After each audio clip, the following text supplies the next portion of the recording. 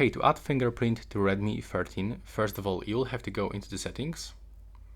Right now, you'll have to start scrolling until you enter for the fingerprints, face data and screen lock. Now, you will have to enable this fingerprint.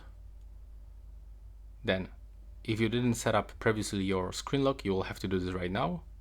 But if you did it, you can just speed up this video and skip this step actually, but simply set your screen lock, then go for the confirm,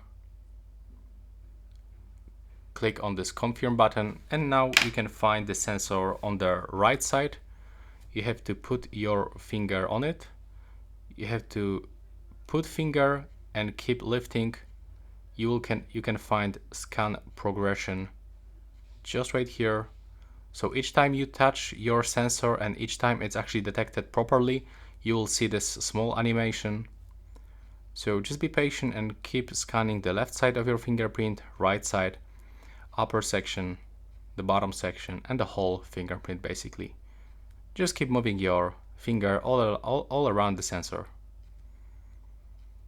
And when it's finished, you can additionally add the face data, but if you don't want to do this, you can click cancel, then you can tap done. And as you can see right now, you can find the fingerprint recognition method. You can touch or press, you can decide. And that's all for this video. Right now, please subscribe to my channel.